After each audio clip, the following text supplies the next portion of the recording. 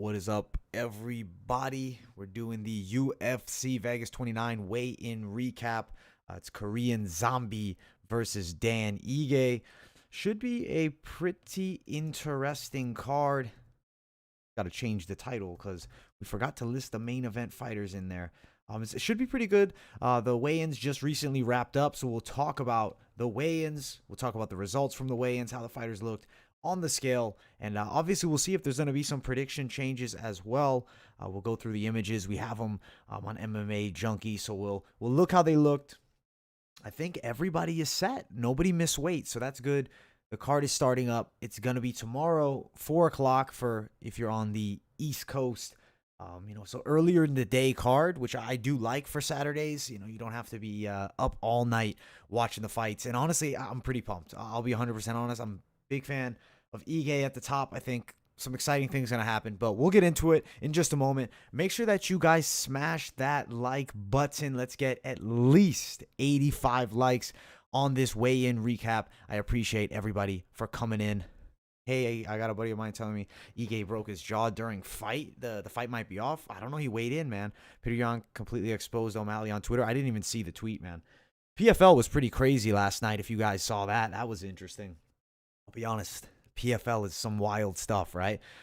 But overall, excited for this card. We're going to talk about it. We'll start all the way at the bottom and work our way up. On screen there, you see the two main event fighters, which some high stakes. I'll be honest. I mean, for Chan Sung Jung, if he wants to be a champion, he's going to need to win this fight. Ige, same type of situation. Started off, he got Laura Procopio versus Casey O'Neill.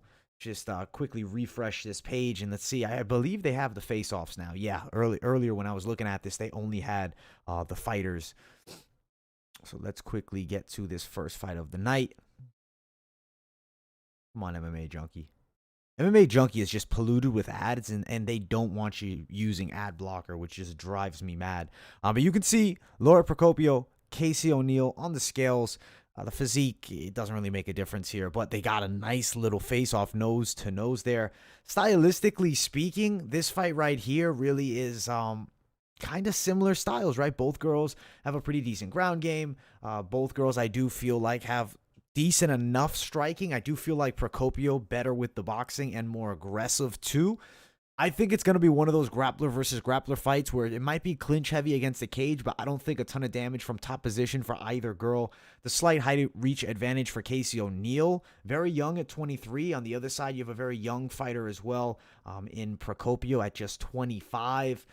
Money-wise, do you want to throw down money on this one? Smart money would say absolutely not. It's women's MMA. It's a tricky weight class, and you have two girls who aren't all that old and aren't all that experienced. O'Neill plus 150 dog, Procopio minus 160 favorite.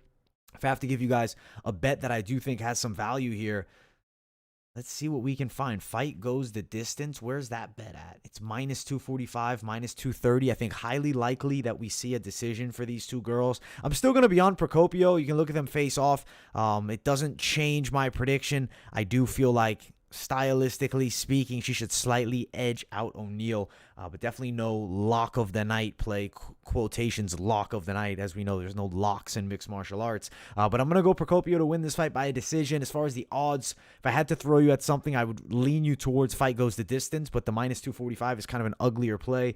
But Procopio winning by a decision is a plus 110, which isn't terrible, but being minus 150 favorite, or excuse me, minus 160. You can find her at a minus 145 at the lowest, but kind of not loving how widespread the odds are for Procopio. I do think she wins, but it's just one of those things. I mean, you have a girl on both sides, not that experienced, tricky weight class. I mean, let's be honest. You're looking at women's flyweight, just tends to be the weirdest weight class in female fighting. So for that fight, we'll go Procopio for the victory. I do think she beats Casey O'Neill. Don't think it's an easy fight by any means, though, but I am excited to see the matchups for sure.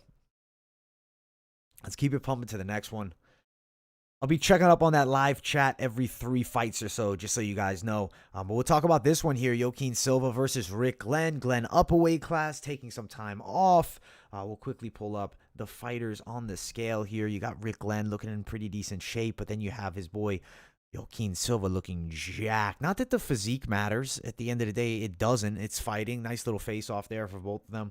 I really just feel like Joaquin Silva's going to find a way to land punches on the chin and stun Rick Glenn. I mean, the last fight he lost to Kevin Aguilar. Sure, Aguilar 2 years ago was better than he is today, but I don't think Aguilar by any means is a great fighter, especially UFC caliber. Silva's got that explosive Thai style. On the other side, you have a southpaw in Glenn who's rangy with his kickboxing, but not super fast with the hands. And I really do feel like he's very hittable with punches. I feel like Silva's going to put him down here and get the knockout win in the second round. Would I be shocked if it went all three? I wouldn't. I think Joaquin Silva is actually a pretty decent straight bet if the money is still as close as it once was earlier on in the week. Joaquin Silva minus 130, Rick Glenn plus 120. I like a straight bet on Joaquin Silva at the minus 130 price tag. And I do think he's a fun fighter to watch. I don't know about future contender or anything like that. Both 32 years of age, both decent fighters. And the height, one thing I do want to look at, I guess 6 foot to 5'8". I guess that's about accurate. So obviously, bit of a height difference, but I think it's going to be mostly striking here. Joaquin Silva's explosiveness should get him inside, and I do think he finds a way to touch the chin of Rick Glenn. I'm going knockout win for Rick Glenn in this matchup. Let's keep it moving. Let's keep it moving. Josh Parisian, Roque Martinez. I think Parisian was the last guy to weigh in, too. Came in at 266. I mean, he's all the way at the top of the scales. He definitely had to cut some weight. You got Roque Martinez with the titties, and then you got Josh Parisian not looking great either. Face off there. I'm going to be honest. If there's one guy on the roster that Josh Parisian should beat, it's got to be Roque Martinez. I feel like stylistically it's a pretty decent matchup for him. I feel like the height is a real factor. I mean, you look at Roque Martinez, he's decent enough, but doesn't throw a ton of punches, doesn't pack a ton of power, isn't really great anywhere. He's okay overall. With Josh Parisian on the other side, pretty decent with the boxing, not fantastic, not the quickest hands, not the biggest puncher, but can finish fights. He's a lot taller. He's got a 6-inch height advantage. He's got a solid, 7-inch reach advantage. Everything leans towards Josh Parisian, and if there's somebody on the roster he can beat, it's got to be Roque Martinez. I'll pick Parisian, and I do think I'm going to lean towards decision. I mean, Dontel May's got a decision win over Roque, and he was a lot taller. And I feel like Josh Parisian decision here. Do I love a bet on Josh Parisian? I really don't, but I really feel like this is the guy that he should beat. If Josh Parisian loses this fight, he will be released from the UFC, as will probably Roque Martinez, because both kind of towards the very far back end of the heavyweight division. Parisian by a TKO would be plus 260. I could see him getting a TKO if he finds a way on top. I just don't think he'll be able to do that. I think like sloppy, awkward, heavyweight fight, Parisian plus 333. I got him by a decision. If I had to throw a bet at any of the props, I like that one. Roque Martinez, I mean, does he have power? Sure, he's a big guy. I mean, his 2 wins before coming into the UFC, he got knockouts. And then obviously he lost to Romanov, which is a tricky fight in Mays.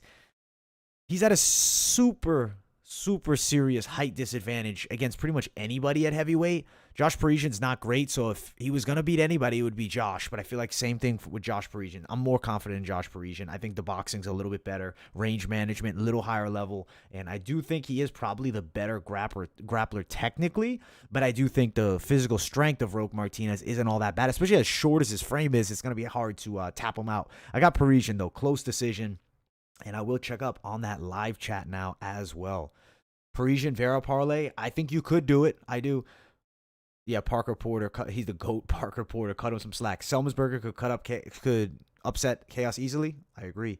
Yeah, Rory. He was robbed, but he didn't look great though. He really didn't look great at all. To be 100% honest with you, it's not like Rory had this excellent performance where he looked amazing. He looked kind of okay. I'll say that. I don't think he's winning this PFL tournament, to be 100% real with you guys. I don't think so. I think Ray Cooper or Magomed Karimov have to be the early leans for the one who will win. But yeah, Josh Parisian here. Going to move up to the next fight of the night. I think that's it for the early prelims, depending on how many fights they'll have in the early prelim. But this one here is good. Matthew Selmsberger versus Chaos Williams. You look at Chaos on one side, dynamite knockout power. I mean, he's a pretty good fighter. He's a fun guy to watch. He had a ton of momentum coming in, and then he runs into, Michel Pereira, who's just kind of a tricky matchup striking-wise for anybody that's a good striker. In this matchup here, though, you look on one side at Matthew Selmsberger. I think he kind of does it all pretty well. Though striking is no easy game for him either. I think as far as the grappling goes, I lean Selmisberger. Wrestling is probably a bit better. I think striking wise, yes, Chaos has a good amount of power, but he had 2 huge wins, 2 big knockouts. It doesn't happen all that often. I don't see it happening again. Funny enough, Semi the Jedi, last fight, quick knockout of Jason Witt in like 17 seconds. I'm going to go Selmisberger. I think he'll upset Chaos Williams here at the plus money dog. What is he at? I think he's at plus 150. They had him on Tapology, but let's see if that's accurate. Plus 130. Money's come down. Yeah, I like Selmisberger here. I think decision victory, Matthew Selmisberger. I think he's gonna beat Chaos, to be 100% honest. I could even see him somehow locking in a submission, but I'm gonna lean you towards that decision. As far as prop bets go, I don't love a prop bet on this overall, especially if you can get Selmisberger at plus 125 or more. And if you are looking to play a prop, Selmisberger decision plus 320, but Selmisberger submission would have the most value at plus 1100. Granted, he's not like this crazy submission artist. You look, I mean, he's winning fights by knockout normally or decision. So I'll pick him by a decision. Selmisberger is going to be my prediction here. I mean, I do think it's not a terrible bet to prop him up with that decision prop. But I will say, 100% honestly, better off just bet him straight. If he ends up winning in another method and then you lose on a dog pick, you're better off just getting him at the plus money already. Chaos Williams, good power, could land a big punch. He definitely has the serious knockout power to do so, but I'm still going to ride on Selmisberger. I am going to ride with the dog here. And we'll look at them face off. Saw them face off earlier. Both are in incredible shape. I mean, slightly taller is Selmisberger. Seeing them face off, I don't know, I just feel even more confidence in Selmisberger. So I'm going to ride with Selmisberger to win this fight. I'm going with a dog here, and I think it's a pretty decent dog play. Let's keep it moving. Verna Jendrova versus Kanako Murata. Murata, good wrestling skills, heavy on top, strong on top. On the other side, Jendrova, very good Brazilian Jiu-Jitsu grappler, has a tricky game. Even if she's on her back, she could throw up submissions. She could slip to your back, decent sweeps. Kanako Murata, though, physically, I believe, is stronger. Top position, she will have more control. She's also the younger girl, 33 against 27. I got to ride Kanako Murata. I do think she's going to win this fight, especially at that plus money. I think she pulls it off probably by a grinding decision here. Odds for that one. Let's quickly look at them. Actually, first we'll look at the weigh-ins for both these girls. Man, Jendrova's eyes are insane. Have you guys ever noticed that? I like what I see here from Murata. She's always in decent shape, as is her opponent, Jendrova. But yeah, I got to ride Murata in this matchup on a hard-fought decision win over Verna Jendrova. I like the grappling style. I like what I see from Kanako Murata stylistically. Odds near even now. A lot of money's come down on Murata. Makes sense. She has a good style to match up with the Brazilian Jiu-Jitsu practitioner. Plus 175 by a decision. That is my pick. If I had to throw a prop down, I got Kanako Murata grinding a decision out over Verna Jendrova. That's the prediction there. Overall, I do think some good value dogs on this card. All right, let's keep it moving. Nick Negaramu versus Alexa Kemur. This fight right here is going to be the featured prelim bout of the night. On the side of Nick, he lost his last fight to Safarov, and then Alexa Kemur loses to William Knight. I don't have high hopes for either guy as far as making a run for the title. More technical striker is definitely Kemur. It's not that Nick Negaramu is terrible, but I do feel like he's not fantastic. You look at the resume, he fought a lot of guys with losing records. I don't really feel like he's going to beat Kemur here. Kemur's fought the better competition, though, having a bit less professional experience. He's also a fairly strong favorite. But at that minus 250 price tag, I mean, he really should win. But, man, I don't like him at minus 250. I just don't think it's all that good. Like, I don't really love Kemur's style. I don't think he's a fantastic fighter. I just think he matches up well against Nicolay here. So I'm going to ride with Kemur to win this fight. I think decision win is a very fair and expectable play here. Kemur, if you were to win by a decision, it's around plus 135, plus 140. Not the best money. Straight, it's minus 230. Maybe you parlay him up, but he's not super high level. Only 7 pro bouts. Could easily go the other way, but I'll still ride with Alexa Kemur to get the win here. And, seeing them face off doesn't really change anything. It's pretty much both guys, decent enough shape, bit of visible abs, but that doesn't matter. Stylistic matchup is what it's about, and I'll be riding with Kemur in this matchup. And let me also check up on that live chat. Make sure you guys smash that like button if you have not yet. As I said, goal on this video, we're looking for 80 likes. Vinny versus Antonio ending, nut shot. I know it's disappointing.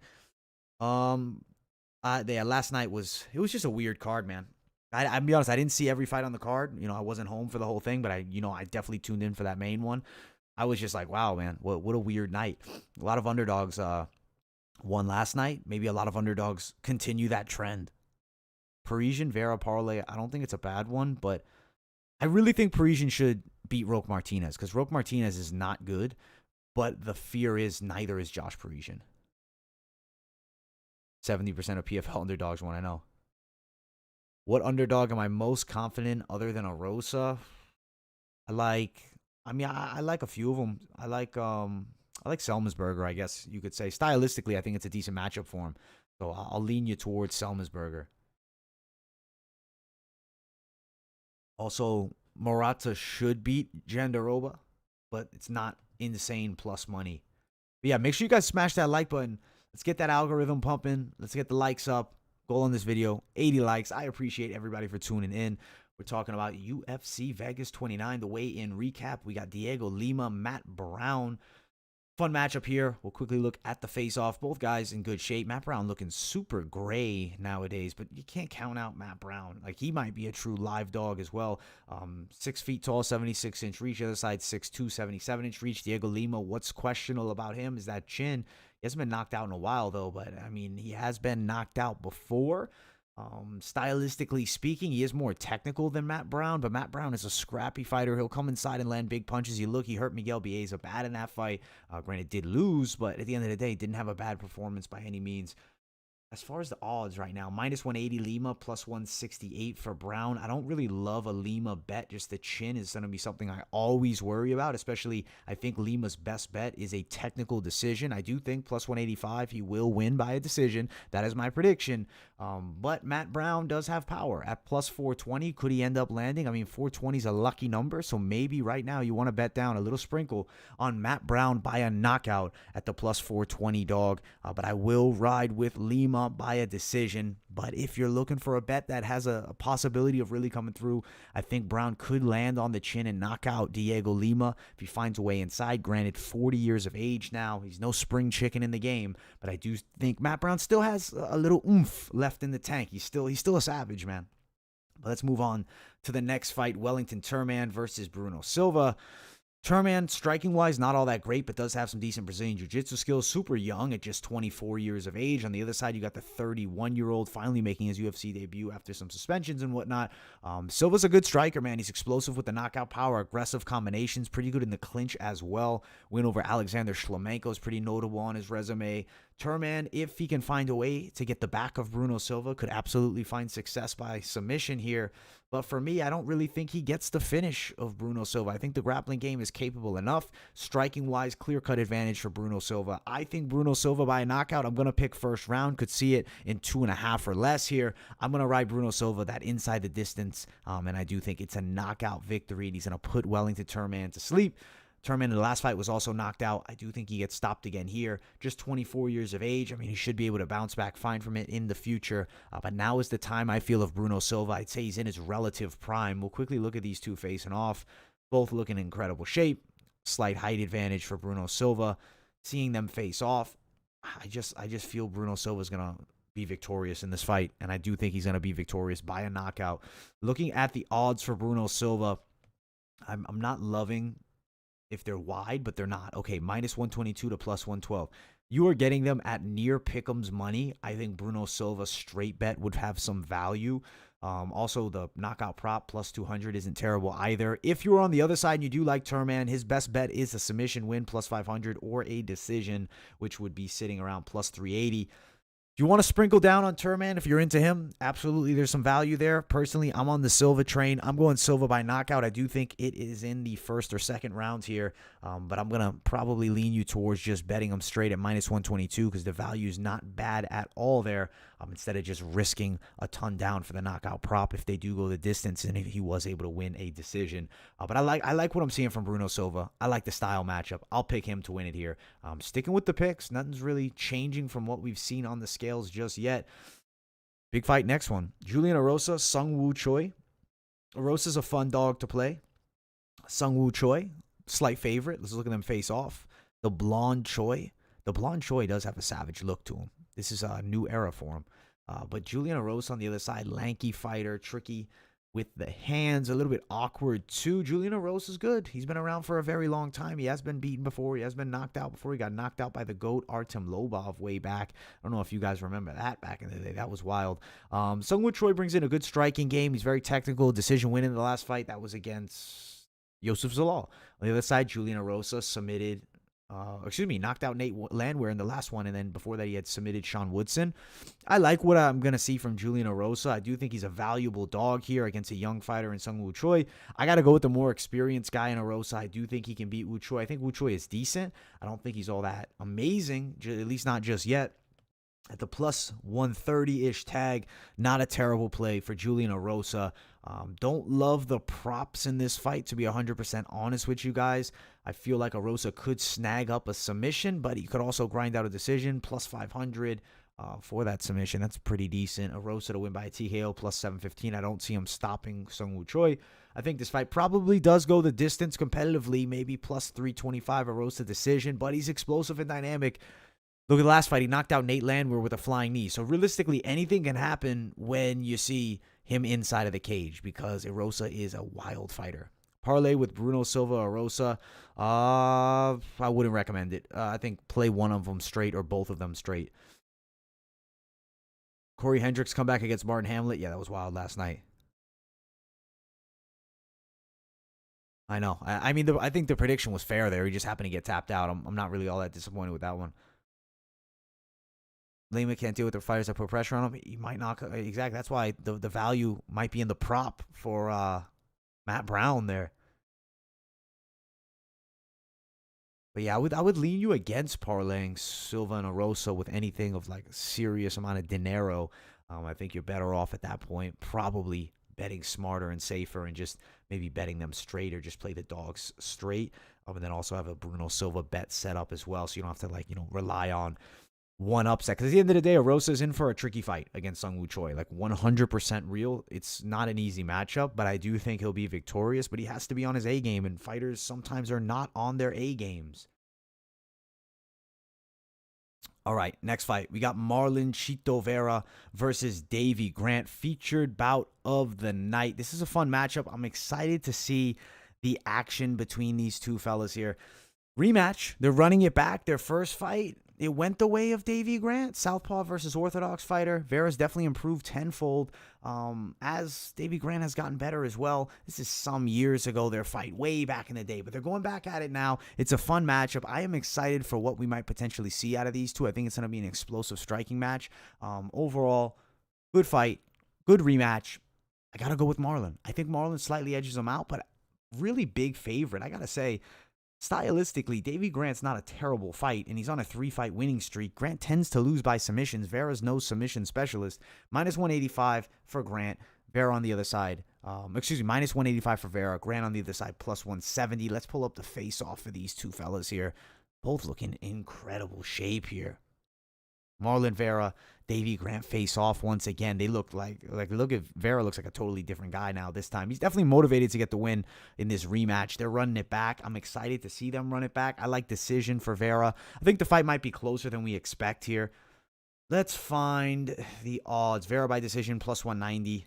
I like plus 190 for Vera decision, actually. I don't think it's terrible. Do I want to throw a significant amount of money at it? Not really. But you could play it, and I do think he wins by a decision. Could he get a TKO of Davy Grant? Absolutely. If they go to war, Grant is a guy that's willing to engage. I'm really leaning towards the fight does go to the decision and victory for Marlon Vera. So I'll ride with Vera over Davy Grant. I do think he gets the victory. Let's go Marlon Vera, decision victory. Let's keep it moving. We're getting to the co-main event. If you haven't yet, smash that like button. As I said, goal on this video, we need 80 likes. The polar bear versus the boa constrictor. We have Sergey Spivak versus Aleksei Oleinik. See them facing off here. This is the face-off between these two savages. Strange haircut for Aleksei Oleinik, but when is he not doing strange things? He's just a strange fighter. 43, nearly 44 years of age, 26-year-old on the other side. I'll be honest, I don't think this is an easy fight for Spivak by any means. Aleksei Oleinik has won fights by submission before, and tons of them by submission against guys that are decent on the ground. Sergey Spivak, if he plays on the ground, could be in serious trouble versus Oleinik. Oleinik is a little bit shorter, but does have the reach advantage. I do think Spivak technically is probably the better striker by a pretty fair amount. On the other side, with Oleinik, his striking is to set up his grappling. I think he is going to look to get inside and hold Sergey Spivak. If Spivak can stay off of the ground, I think Spivak finds success. I'm going to predict that he will. I'm going to ride Spivak to win this fight, and I do think he does it by a decision. And, it's not like Oleinik goes to the distance very often. He's normally getting knocked out in his matchups. And maybe Spivak does knock him out as well. So I don't love the bet on Spivak winning like by a certain method. I like him straight if you're going to parlay him. But I do actually got to say, Oleinik winning by a submission, now it's plus 325. Don't love the value of that, but I do think Oleinik could find a way to grab like an Ezekiel choke or something crazy because he is known for an amazing submission game and a lot of weird wins by submission. We'll ride Spivak, but it could be danger. It's not an easy fight. By any means, it's not an easy fight. All right, let's work up to this main event of the evening. Dan Ige takes on the Korean Zombie, Chan Sung Jung. This should be a pretty good matchup. I'm liking it. I'm excited for it. I think that we're in store for a good one. Let's quickly look at these face-offs. Ige looks good. Man, what is going on? It's not loading. Ooh. Is it just me or does Chan Sung Jung look a little bit drained more than normal? Look at his eyes real quick. Remember Max Holloway when Holloway was cutting too much weight and his eyes looked a little weird? Maybe it's the picture. I don't know. It's just like he doesn't look great on the scale. Like he looks like a little bit drained. Ige on the other side looks very full and good. I got to be honest with you, man. I'm riding Ige. I think Ige could get a TKO in 3. I could also see him working a decision victory. I'm going to bet Dan Ige. I'm going to ride with Dan Ige. Favorite minus 125. The money's definitely come down on him, especially after seeing these two face off on the scales.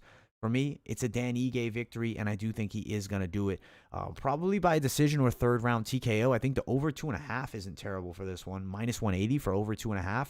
I actually think that's like the most valuable play at minus 175. I think we're going at least 2.5 rounds. I could see it going all 5 here. Fight goes the distance, minus 105. Ige wins by a submission, plus 1,000. That would be insane, but no, not a ton of value there. Jung by a KO is plus, 300-ish money. You can get it even at less, though. Sometimes plus 220. Ige wins by a TKO, plus 380. Ige wins by a decision, plus 253. I'm not loving any of the props. I like straight bets on this fight or the over 2.5. That's my pick for this one. Over 2.5, or you're going to straight bet it. I like Dan Ige, and I do think he could get a knockout or a decision. Chan Sung Jung looking a little shaky on the scales. I'm going to lean towards third round knockout. Dan Ige, that will be the official Mystic Max style prediction here. Overall, pretty fun card. I'm actually really excited for the matchups coming. We'll see tomorrow how this card turns out. I do think we're going to have some good action. I do think the main event's good. Solid, like B- card, I would say. Maybe even a C+. Like, I'm not trying to hate on the card. It's not terrible, but not a ton of depth to it, to be 100% real. But at the end of the day, it's on ESPN+. If you have ESPN+, you'll be watching it, so it's not a pay-per-view, which is always great, not having to pay down the price tag for it. I think it's going to be pretty decent action, though. And, guys, make sure you smash that like button. Goal on this video, as I said, we're going for 80 likes on this weigh-in recap. You think Dan Ige might KO him in the first? Might be. Might be. You notice a little gyno on Dan? I didn't even notice that. I'm going to look at it. Cheeto with the long hair back is dangerous. If Dan Ige knocks him out in the first round, that'd be terrifying. He does have some big nipples there. Let's see. I don't know, though. I think it just could be genetics. I don't think that's gyno. I think that's just how he looks. I'm going to ride with Ige, though, inside the distance. If you want to bet Ige by a KO, TKO, I think that has value as well, especially seeing how Jung looked on the scales. But I like the straight bet. The most out of all of it, I like the straight bet. That's my take on this one. I do also want to bring up the parlay potential. We'll talk about some potential parlays to play. I'll get you guys' opinions in the chat. If you have any parlays that you guys are interested in seeing me get the value, or you want my opinion on it, just put it in that live chat, and I'll definitely get those for you, because we will look at those parlays at the moment right here. All right. Be careful with parlays on this card, guys. That's going to be my opinion. I'm more confident in Ige than I've ever been in him, just seeing the face-off. I like Dan Ige in this fight, and I do think he gets the victory. Who else do I want to add? If I'm going to add a parlay, who am I feeling that confidence in the same level as I'm feeling it and Dan Ige? Well, if you put Chito Vera with Dan Ige, it's plus 177. I really do think that should be a good to go play. Marlon Vera should really beat Davy Grant. I think he's coming out with a vengeance. He has the long hair. He's looking fly. And I will say Davy Grant stylistically, I think is going to be in trouble against new age Vera. This is a new level to him. So I am going to ride with this two-fighter parlay as a potential one. If you don't like Vera, though, I also think Joaquin Silva has some value. Brings you to plus 218. You'll get some good plus money either way. I think you gotta stay more in the two-fighter parlay range. I think you don't want to go too wild here. If you go Bruno Silva, Vera, plus 180, like smart parlays. And you might want to play a couple because definitely there could be a chance that some things don't go as expected. But let's say we go Kimura, Dan Ige, and Joaquin Silva early, plus 357. Not terrible value at all, actually. And if you also want to put in Parisian, who really should beat Roque Martinez, if he doesn't, his UFC career is finished, you're looking at plus 357. Like, you can get some really good money on these juicy three-fighter parlays. So, like, don't go absolutely insane, throwing the house down. Bet a little bit, bet intelligently. I do think we can make some decent cash here without going insane. If you guys do want to see me do like a wild man parlay, you guys know I'm always down to do it. Taking Vera looks kind of risky. No, I agree. Vera is not...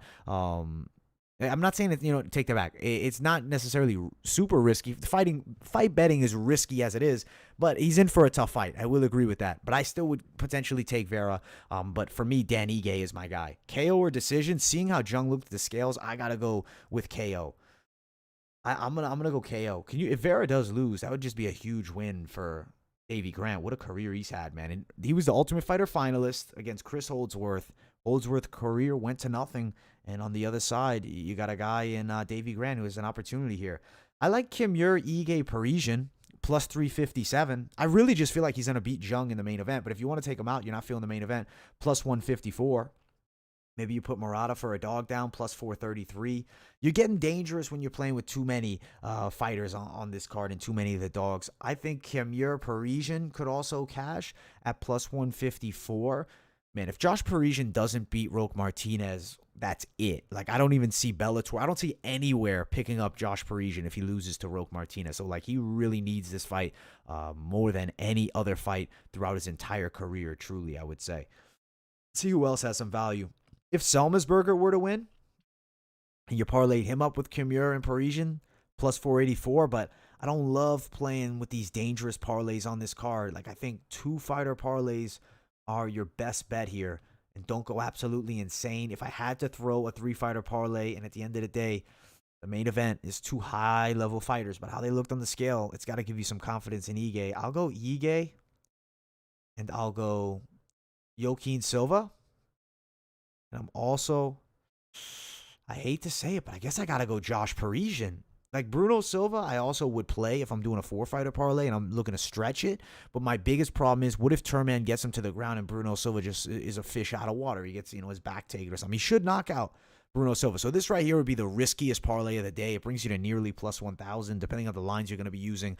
Ige, Joaquin Silva, Josh Parisian, Bruno Silva. I do think some decent value there. Should Spivak be able to win?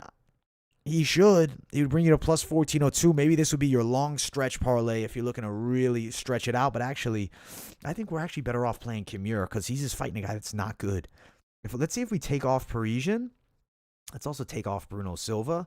Let's do Dan Ige, Joaquin Silva, and Aleska Kimura. That brings you to plus 357. Not bad money at all. And if you're not feeling Joaquin Silva for whatever reason, just these two alone, Ige, Kimura, I really do like the play on that one. And if you want to add in more guys, sure, you can add in Silva. But I don't know. I'm just like, Silva's in a tough matchup. I'd add him in for the riskier ones. As I said, for your safe play, I'd play more like this one here. Just a two-fighter parlay with Ige, Kimura. I do think should cast stylistically. Kimura should be in a very advantageous position in his matchup. Like, it should be a money play.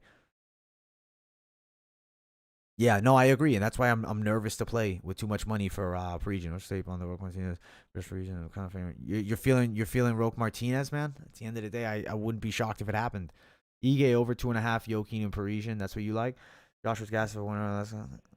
Martinez depression. I just hope Josh Parisian can let the hands fly a bit. He's not a terrible fighter. It's just like he just has terrible results. Overall, though, excited for the card. Enjoyed you guys tuning in.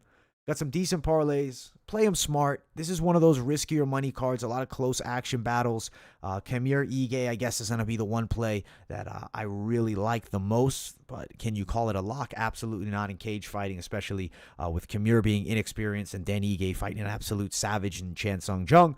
Overall, though, excited for the card. As I said, like a C card, C plus at absolute best. Still should be some good action towards the main card. And I do think cards that have not a ton of name value can turn out to be the most entertaining cards. And at the end of the day, the end goal is entertaining fights. Pretty crazy. Tomorrow, Anderson Silva is back in action as well. He's going to be fighting against Julio Cesar Chavez Jr. in what's a very weird matchup.